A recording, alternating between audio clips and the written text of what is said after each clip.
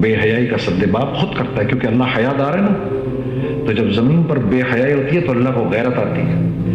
اور جب زمین پر بے حیائی ہوتی ہے، یہ وہ گناہ ہے، بے حیائی کا گناہ وہ گناہ ہے کہ جب زمین پر بے حیائی ہوتی ہے تو فرشتے بھی ڈر کے مارے اوپر چلے جاتے ہیں کہ ابھی گرا اللہ کا عذاب.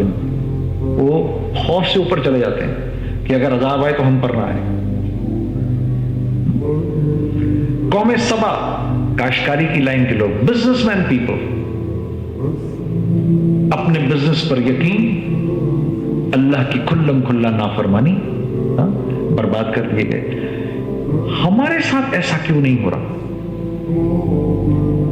وہ تو ایک گناہ میں مبتلا ہوتے تھے، پوری قوم ختم کر دیتے تھے. اللہ صالح علیہ السلام کی قوم نے جب اونٹ کی ٹانگیں کاٹی ہیں اور وہ اونٹ گری ہے، ان کی اونٹنی، تو جو اونٹنی کا بچہ تھا نا اپنی ماں کے ساتھ، وہ بھاگا اور بھاگ کے پہاڑ پہ چڑھ گیا، اور پہاڑ پہ چڑھ کے اس نے 3 چیخیں ماری. صالح علیہ السلام نے سن لی، صالح علیہ السلام نیچے آ گئے. انہوں نے کہا کیا ہوا؟ تو دیکھا وہ اونٹنی مری پڑی ہے. آپ نے کہا تمہارے پاس 3 دن ہیں صرف توبہ کے، 3 دن ہیں، ان 3 دنوں میں توبہ کر لو. یہ ایسے ہی ہے کہ جیسے اعلان ہو، اے امت محمدیہ 3 دن ہیں تمہارے پاس، 3 دن کے اندر مجھے ایک بے نمازی نظر نہ آئے، مجھے ایک ظالم نظر نہ آئے، مجھے ایک جھوٹا نظر نہ آئے، مجھے ایک 2 نمبر کاروباری نظر نہ آئے، مجھے ایک ماں باپ کا نافرمان نظر نہ آئے، مجھے ایک بے حیا عورت، بے پردہ عورت نظر نہ آئے، مجھے ایک یہ نہ نظر آئے. 3 دن کے اندر ان کو 3 دن دیے گئے صالح علیہ السلام کی قوم. وہ نہیں سیدھے ہوئے 3 دن کے اندر. 3 دن کے بعد کذبت ثمود وعاد بالقارعہ فاما ثمود فاہلکوا بالطاغیہ. وہ ایک چیخ سے ہلاک کی گئی قوم ثمود. 3 دن دیے ہم کو. ہمارے ساتھ ایسا کچھ نہیں ہے کیونکہ ہم امت محمدیہ ہیں. ہمارے ساتھ اللہ کا خاص معاملہ ہے.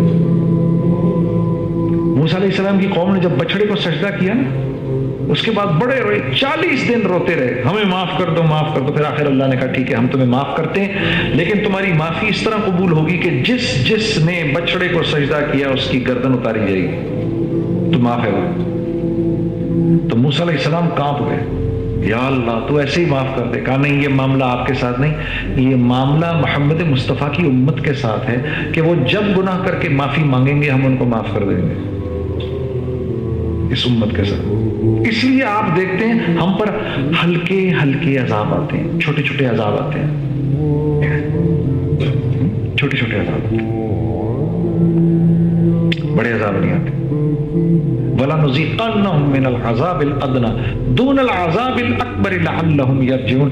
ہم تمہارے اوپر چھوٹے چھوٹے عذاب ضرور بھیجیں گے تمہاری نافرمانیوں پہ، دون العذاب الاکبر، تاکہ تمہیں آخرت کے بڑے عذاب سے بچا لیں، لعلہم یرجعون، تاکہ تم توبہ کر لو، معافی مانگ لو ہم سے. اللہ کے نبی نے عرفہ سے واپسی میں دعائیں کی تھیں، 4 دعائیں کی تھیں. پہلی دعا، یا اللہ میری امت اس طرح نہ ختم کر دی جائے جس طرح پچھلی امتیں ختم کی گئی نافرمانیوں پہ. آپ کو تو پتا تھا کہ آنے والے وقتوں میں نافرمانیاں ہوں.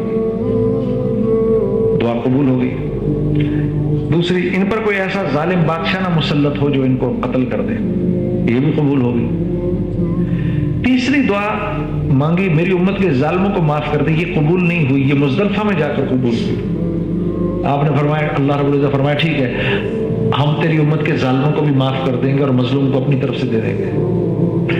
چوتھی دعا نہیں قبول ہوئی کہ میری امت میں اختلاف نہ ہو، تو اللہ رب العزت نے فرمایا یہ جنت اور جہنم کا معاملہ کرنا ہے ہم نے آپ کی امت کے لیے، اس لیے یہ اختلاف باقی رہے گا. تو اختلاف کی اجازت ہے، اختلاف کی اجازت ہے، مخالفت کی اجازت نہیں.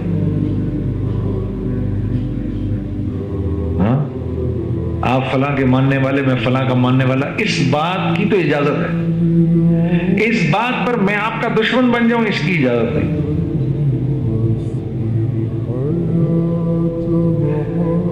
لا الہ الا اللہ، جو کچھ جہاں جہاں سے ہوتا ہوا نظر آ رہا ہے وہاں سے نہیں ہوتا.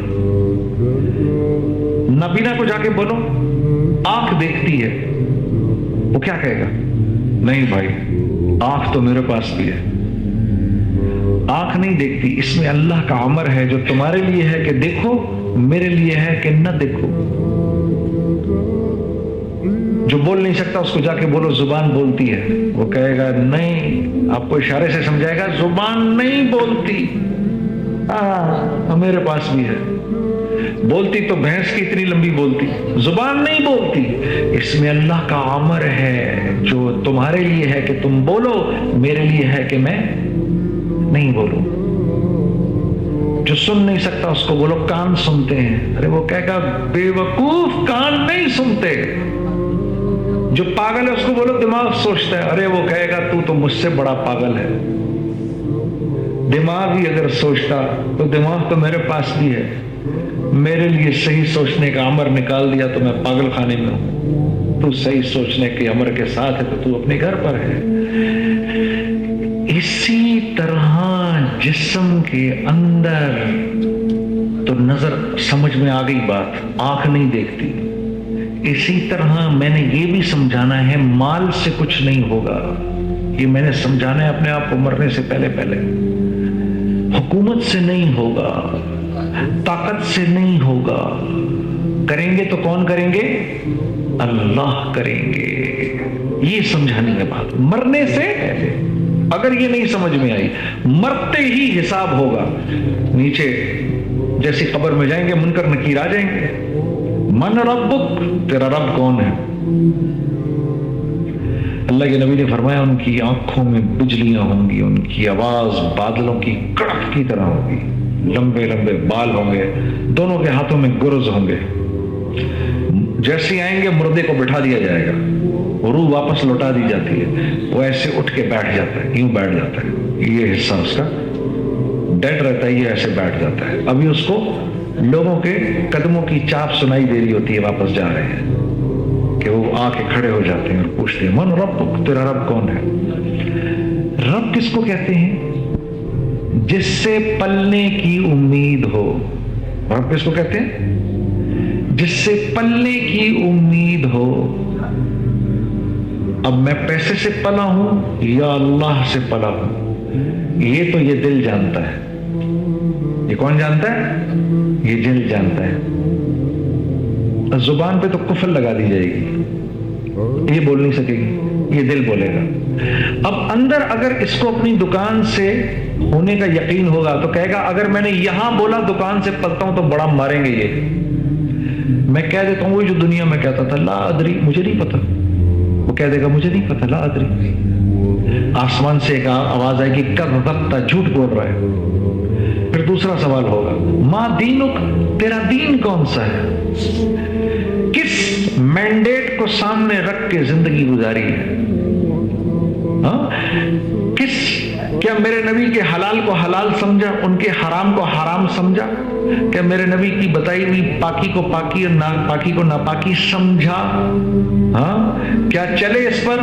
ما دینک، تیرا دین کون سا ہے؟ اب وہ تو اپنے سسٹم پہ چلا ہوگا، وہ کہے گا اگر میں نے اس وقت کچھ بھی نہ بولے اس کا نام لے دیا تو بڑی مار پڑے گی، اس کو تو پتہ ہی نہیں ہوگا، اسلام تو ہوگا ہی نہیں اندر، زبان تو بول نہیں سکے گی، کہہ دے گا لا ادری، میں نہیں جانتا۔ اوپر سے آواز آئے گی کذبت، سب جانتا ہے۔ پھر رسول اللہ صلی اللہ علیہ وسلم کی شبی مبارک دکھائی جائے گی، ما ھذا رجل، یہ صاحب کون ہے؟ اب جس نے ان کی زندگی کو